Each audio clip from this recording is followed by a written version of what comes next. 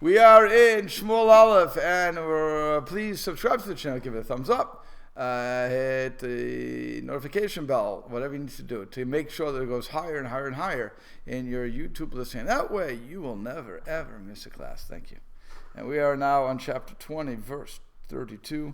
Again, the plan was set, and that Yonatan was going to test his father to see if Saul would be angry that David was gone. Well, we find out that he is indeed angry, and therefore the end is coming to this, because he knows that Yonatan, that Saul really wants to kill David, and Yonatan calls his father a fool. Saul calls his son a fool for aligning himself with David, because Yonatan will be on the loser end. Right now he could be a winner. All you do is kill this guy, and you could still be the king. Even if God doesn't want me, he may want you. Okay? So what happens is, line 32, passage 32. Vayan Yonatan, so Yonatan answered at Shaul Aviv, at Shaul his father, V'yomer love, and he said to him, by the way, again, it's not a Vayedaber, it's Vayomer. Vayomer is, he said, he's still trying to talk nicely. In other words, Amar is when we're talking. As he appeared to Vayedaber, he spoke to his father. That's harsh.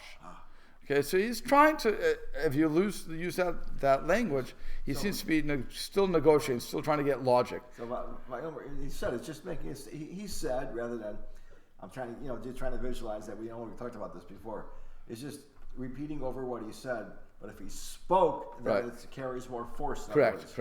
And then she says, Lama Yamut, why do you want to kill him? Mayasa, what did he do? So why should he die? I'm sorry, why should he die? What did he do? So he's trying to, he's trying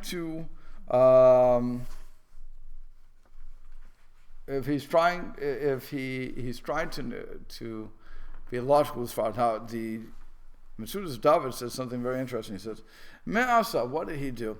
Im Hashem Melicho, you're arguing that Hashem is going to crown him as king. Okay, so that's Hashem. Ma'asahu. What did he do? He didn't do anything.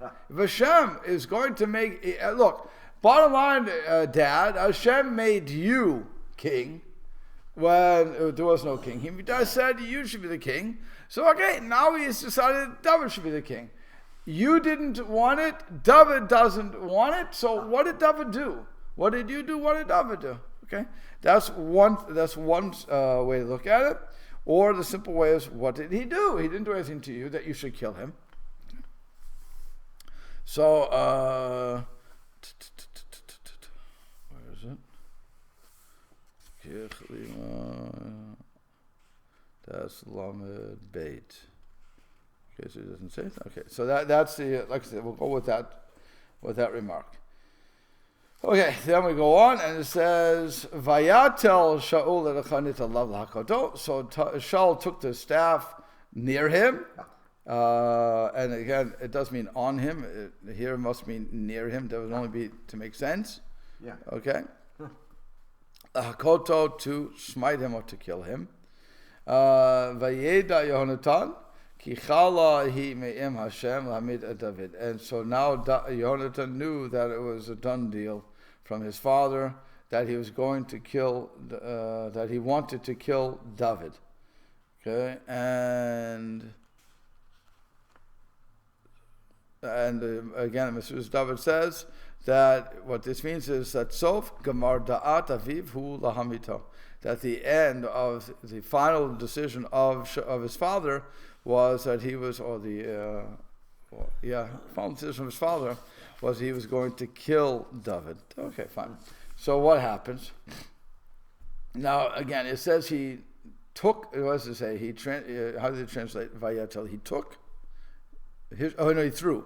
He threw the spear. He cast the spear to kill him. Now, what happens is, you have to ask yourself, why didn't he get him? He threw it at Yonatan. Yeah, why didn't he get him? But why is he throwing it at? Because he thinks his son is in anger. He's angry.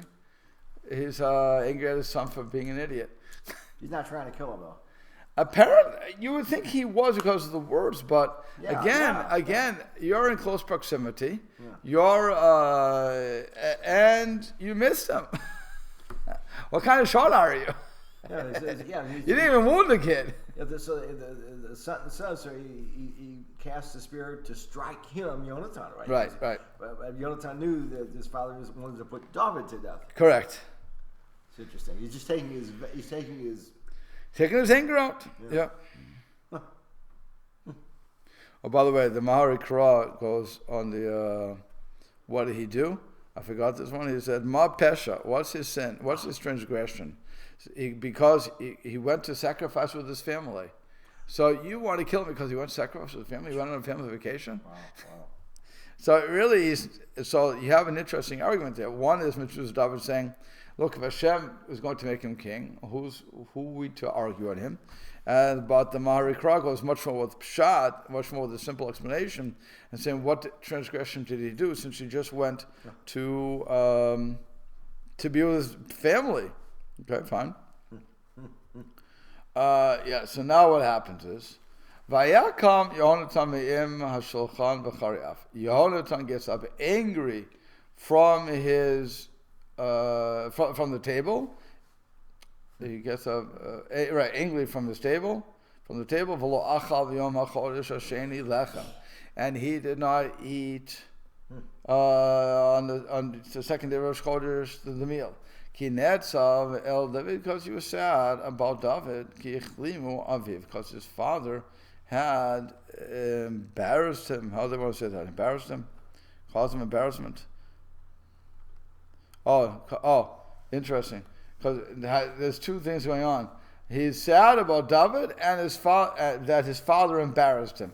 Well, how did his father embarrass him? So again, Mr. David says his father embarrassed him because he called him Ben Na'avat HaMardut, a son of a rebellious woman. He's calling him a very bad name. Okay, the son of a rebellious harlot. How they translate that last time? But it was on verse 30. Verse 30 when he says to him, Ben Na'avat HaMardut, where he this pervertedly rebellious. A what? Pervertedly rebellious woman. Perverted rebellious woman. There you go. Yeah. So when he insults him really harshly, so that's why he was embarrassed that his father did that. Also interesting enough is that the reaction of Yonatan when a spear is thrown at you, seemingly thrown at you, so you would react that you fight back. Right, and what we're seeing is Yonatan had either a tremendous respect for his father, that he would not do that. And there's many times when a father or a parent will smite the child. The child will not fight back. It was the name of the baby is Yisrael Meir. That's the name of the baby. Okay, that's what everybody's going to dings for. Okay, Mazel tov. So the bris happened 5 minutes ago, I guess. But so again, most people won't hit their parent back, and we're seeing that Yonatan was of that ilk, that he didn't want to throw it back at him. He just got up angrily. So he's angry. Why is he angry? And he couldn't eat that day. Why? Well, there's two things, actually. He got up angry. And then it says he couldn't eat that whole day because he was sad about David and his father. And it doesn't say and, by the way.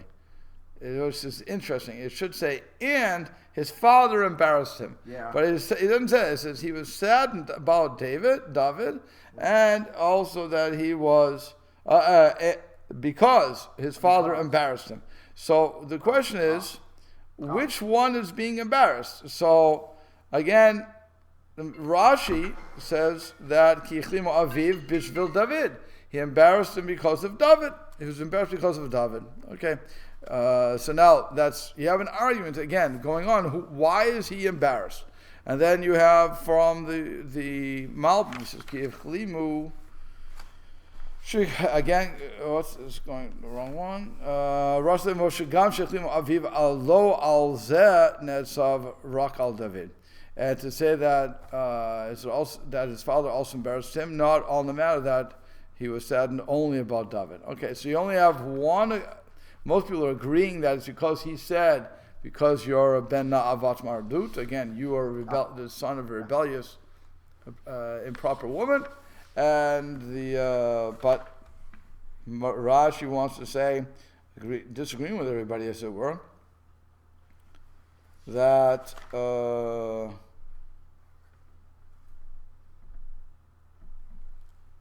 that is talking about David, and Rabbeinu Yeshaya, he also says, why was he embarrassed? Because he knew in his heart, in Shaul's heart, that he wanted to kill David. Okay. So now it's Vahi Baboker. There's a lot of commentary about this whole thing about what's going on, but let's just try to stay with Pshat here. So Vahi Baboker, and it was in the morning. Yonatan Hasadel David. And so Yonatan went out to the field to the time that he told where David was, for the time David was. Okay, fine. And he had a small or young boy with him. And Mesilas David says to the appointed place, not because the Moed is the appointed time normally. Yeah. So it says El Hamakom Hamiyuad, to the place that was appointed, that David would stay there, would be hidden there. Okay, and then it says a young boy. Mm-hmm. So where's that? It doesn't say it. Okay, he says right. The Malbim says the Moed David. Ki amrle be'et machar shlishit echkor. He says on the third day I will search out. And that was the beginning of the day. Fine. She's going out with this young boy who's not going to know any better as to why he's going to tell him. Right. The Mahari Cross says that. So he shouldn't understand what's going on. And also, and even an older one wouldn't necessarily know when he's going out and returning, because they would see the arrows. And they would say that's a normal way to teach if you should pick it up or not. So he's, but again, it's going, why did he pick a young kid? So there really shouldn't be any discussion about it. Fine. And he said to his young man, Roots Matsana Erachitzim, run and find. Well, it's interesting again. Is he saying find now, or is he saying please find? Okay, that's also an interesting thing. Yeah. It would make more sense to say find now. I don't know how to translate. That's how he translates. Now, because if he says please find, you're doing me a favor. So he's again, a na'ar is a servant. You're weapons bearer. That's what they call him a cotton na'ar before it's a young boy. You know? Right. And, it's interesting because like when people are asking their children to do something, are you asking or telling them? Do you say, "Please do this for me" to teach the manners, or do you say, "I do this now"? You should always say to your children and everybody else, please. But it's understood that you mean it now. They should understand. In other words, you should train them. Or you could say, please do it now. You could do a double language. Yeah. I don't want to. And that's when you say, there wasn't a request. I was being nice. It was purely a formality. Down the road, they understand that you're using the word please because you're trying to be a pleasant person. And correct. Teach that to them also. Right. You always...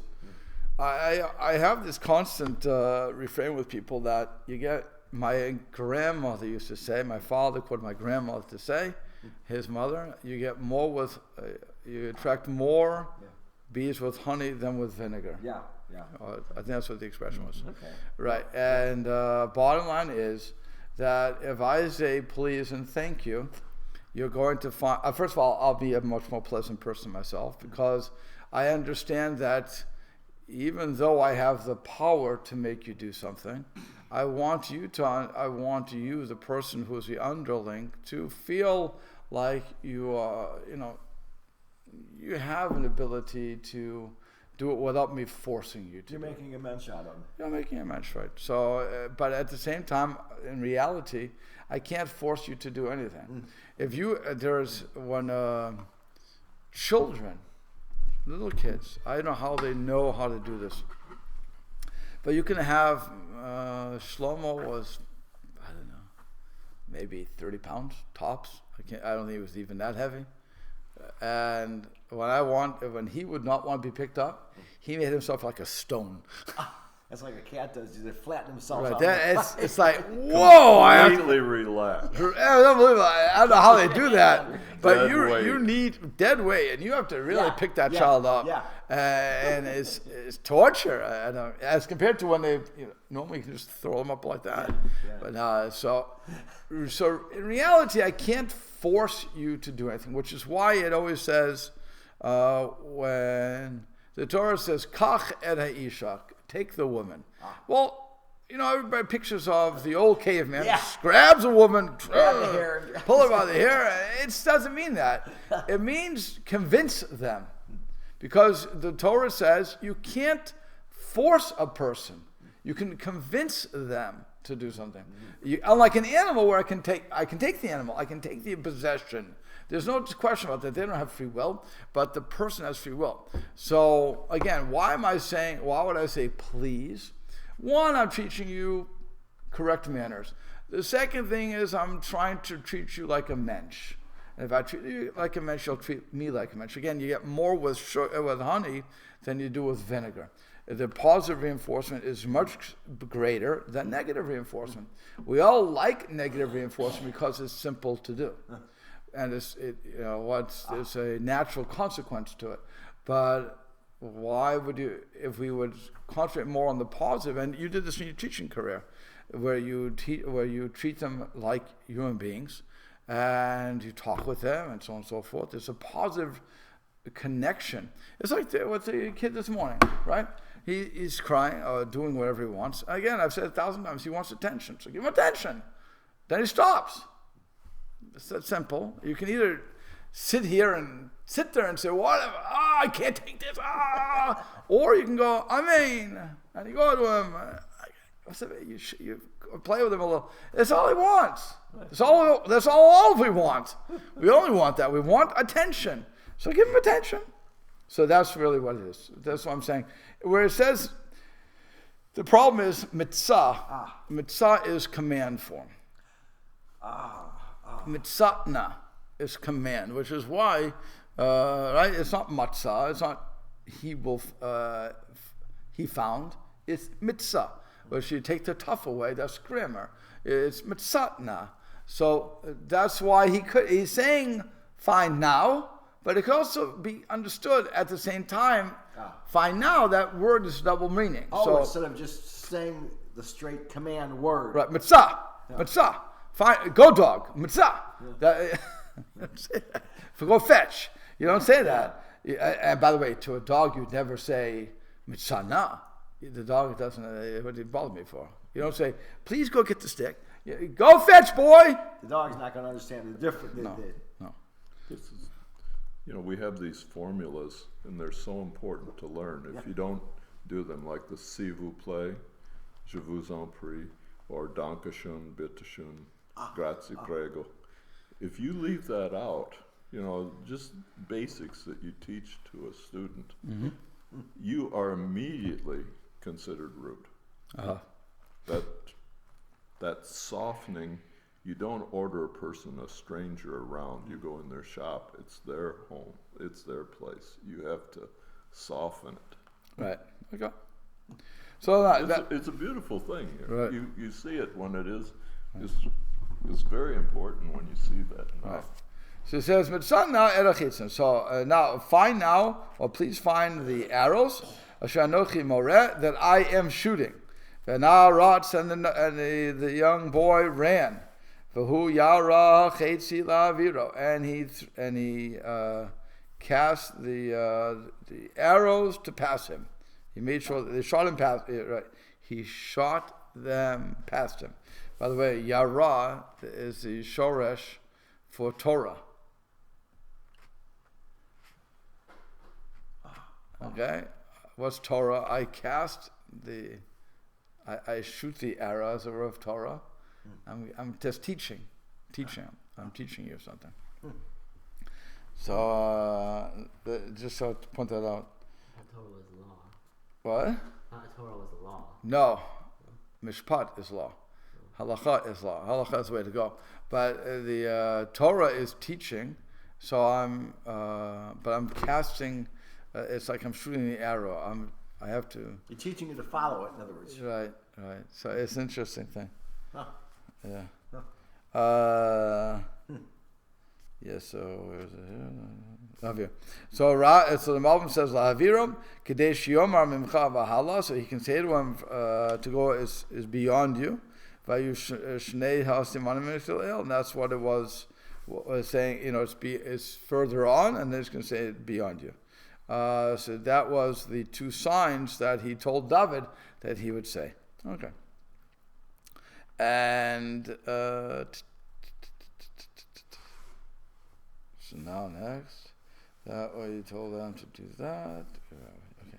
So now the Na'ar came, again, the young boy, or the servant, or whatever, however we want to look at Na'ar. It's not a young boy, it's not fair to say young boy, but it's, although if you go Na'ar Katon, it seems to be a young man. So, okay, so you wouldn't understand. So let's go with young boy for that. It says, V'yavo Na'ar ad makom hachetzi. So the young boy came to the place of the arrow. Yara Yonatan, that Yonatan had shot it. Vayikra Yonatan. So Yonatan called Achre Na'ar after the boy. V'yomer, he said, Halo hachetz mimcha v'hala. Surely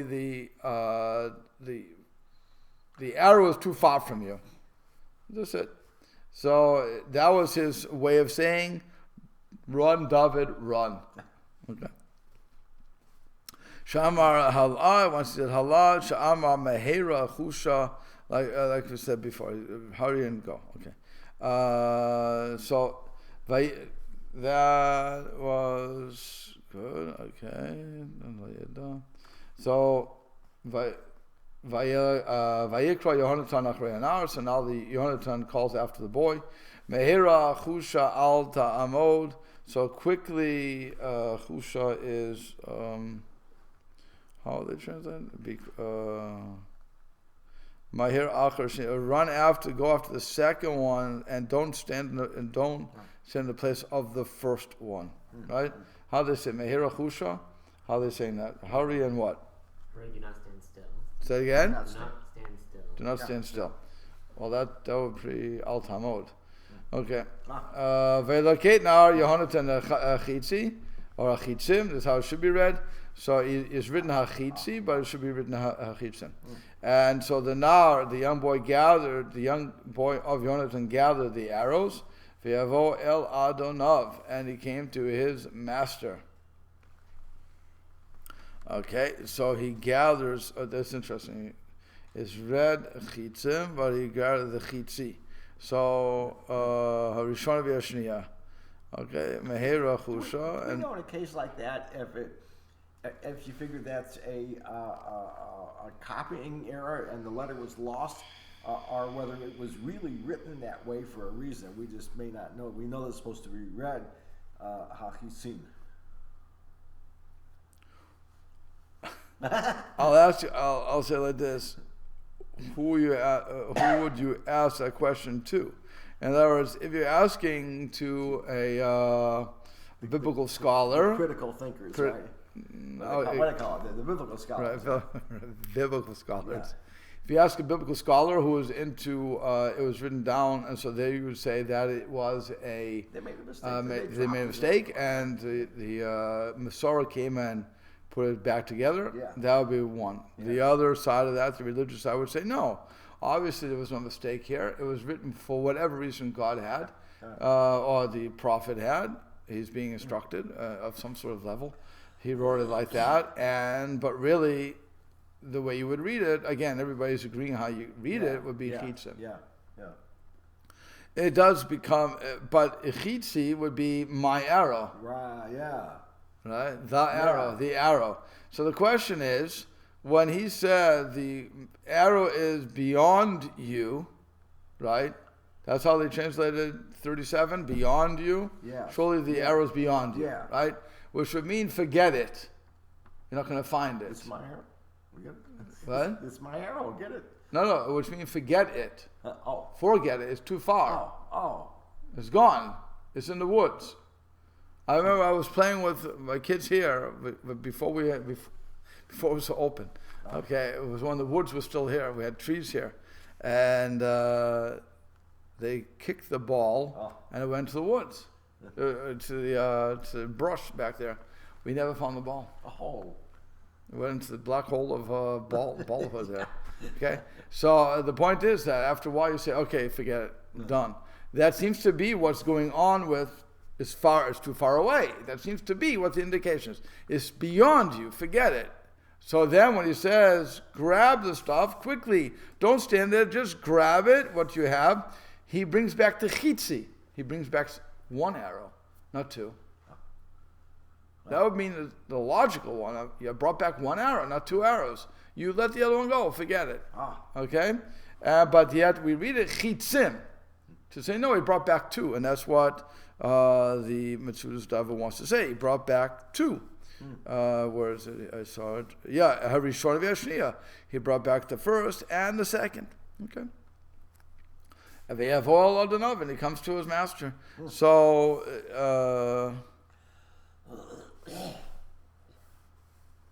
right. Like I said, there's a lot of ways to see that, but when it comes to any of the here, the Radak asks a question here. That's where he says it.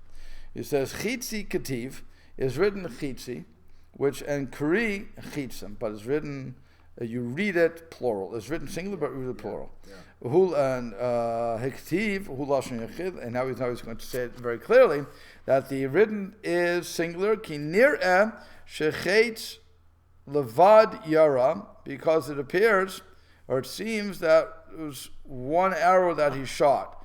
Kamosha Amar Halo Chitzi, like it says, Sholim my arrow, the Kari Chitzim Lodia, but it's written Chitzim Lodia ki Chitzim Shalosha Yara, that he shot 3 arrows. Kamosha Amar Shalosha Chitzim Sida Ora.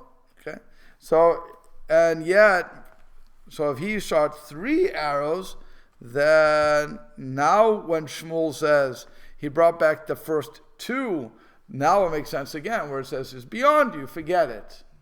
Okay, so that's why he's saying chitzi, my arrow that I shot, and the other one, forget. Okay, the chitzim. But you read a chitzim to indicate he brought back 2, not the 3. Interesting. It's almost getting a double meaning out of it. Right. It's explaining 2 things at once. Correct. Basically. Correct. But now lo yadam the young boy didn't know anything. Ach Yonatan và David. But Yonatan and David, they knew the matter. So it says that I saw this just 2 seconds ago. Where is it?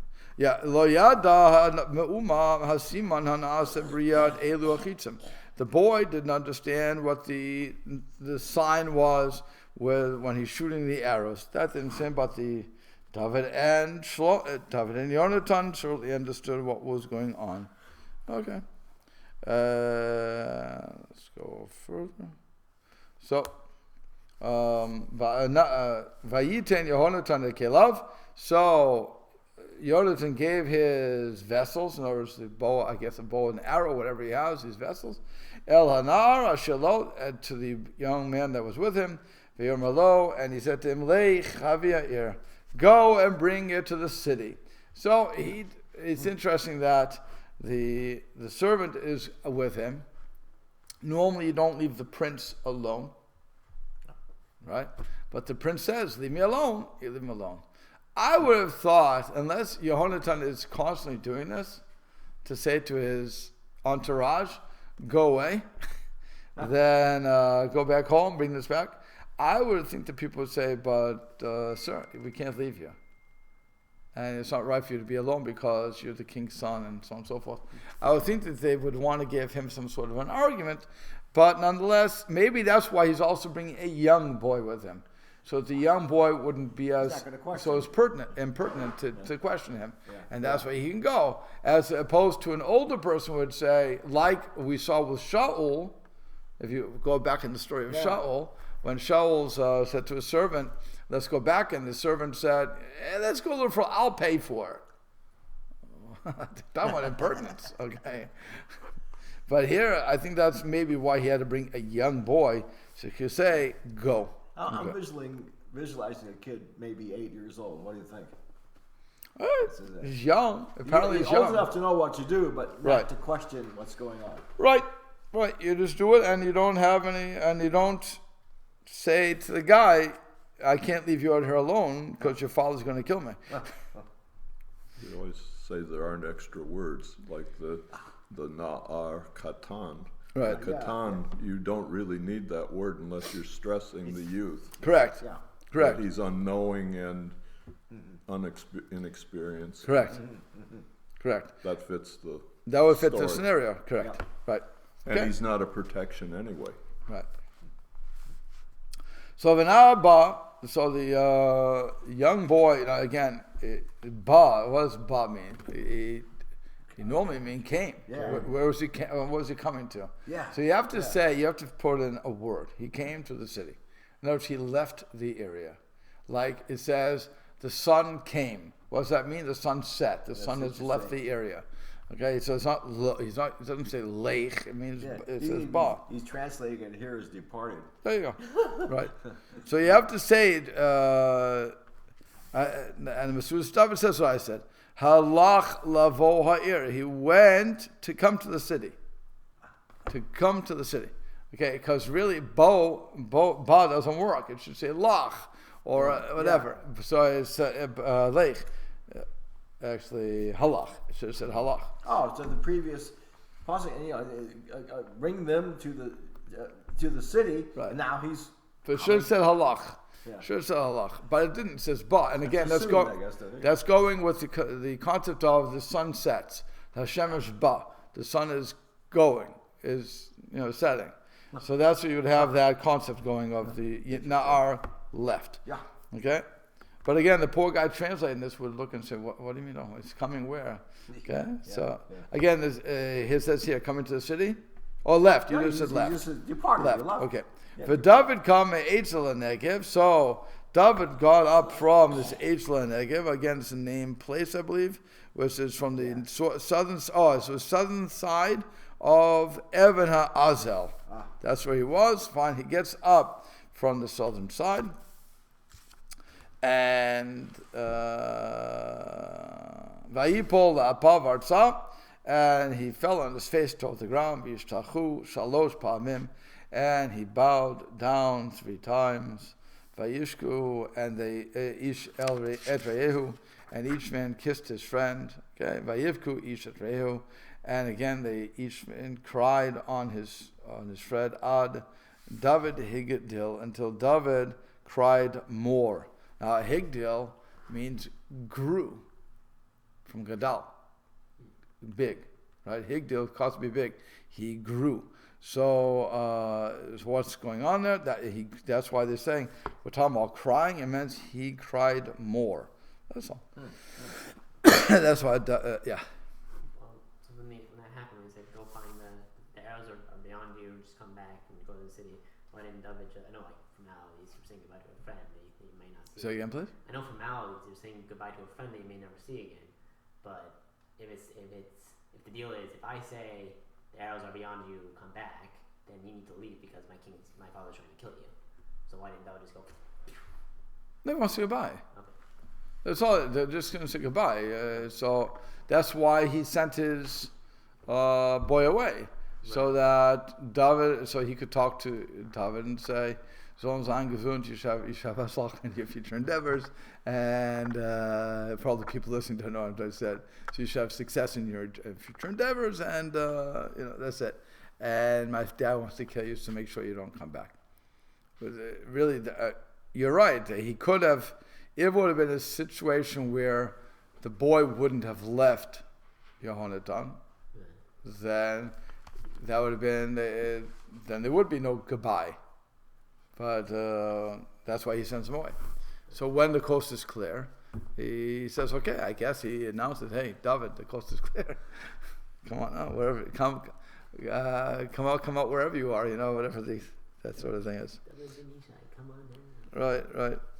So, it's very natural. I owe my life to you. Right. So it says, David rose up. Haya metchila yusham anashim. Originally there were men there, and he could not speak with David face to face when he was because he was suspect from this. Now asa siman imachit. So now that he made this, what do you call it? Mark. In other words, he made this deal with him. The sign. So when the sign was finished, the men left, and he sent also the boy. And when David heard, he sent the boy, he understood the matter, that there were no men there, and he got it from his place, and he went to him. Now here's something interesting. Metzudas David says, not only did he bring his young boy with him, but he had an entourage there. And the entourage, when left, because they assumed that the boy would be with him. And now he sends the boy, and that's when David says, okay, now the coast is clear. Because if Yonatan would not have sent the boy away, so then he wouldn't have been able to come out either. Okay? And it would have been reported to Saul. Right. What had happened. Right. So that would not have been good for him. And he continues to say that, where is it?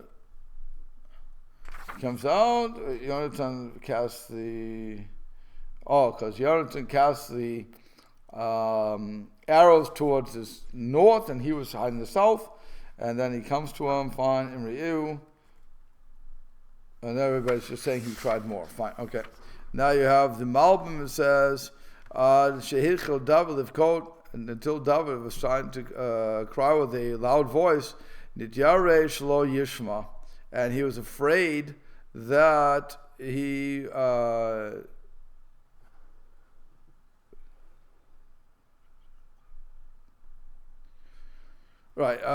he was afraid that he didn't want to be heard. So Lechen Amalei, so David was crying with a loud voice. So we're going to have the next line.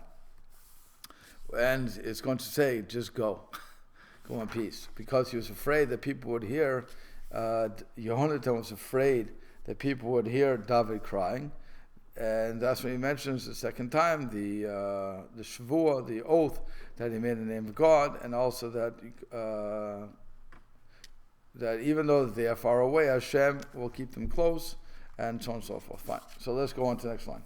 Vayomer Yonatan, so Yonatan said to David, Lech l'shalom, go toward peace. Now here, by the way, you should always say, when you want somebody to go and be successful, you always say, Lech l'shalom, go in peace, instead of Bo l'shalom, come in peace.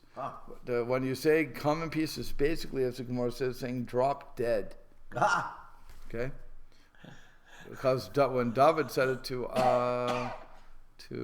Achitophel went and hanged himself because he knew that the end was gone. He knew the end was here. So he hangs himself. So whenever you see Bo l'shalom, it's the wrong thing to say. You never say Bo l'shalom, come in peace. You say Lech l'shalom, go in peace. Okay? That means you should go on forever. Okay.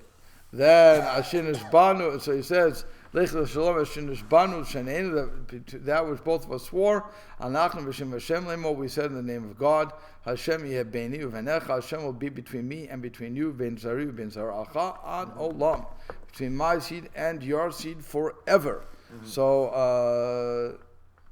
and David, I'm sorry, where is it? So the Malbim is saying, it's between both of us, v'lo zaman, and this is not the time. There was no time limit, and that's why he says forever. This is going to always go where our peace treaty will continue, and that's what we'll have to stop. Finish the chapter. Right.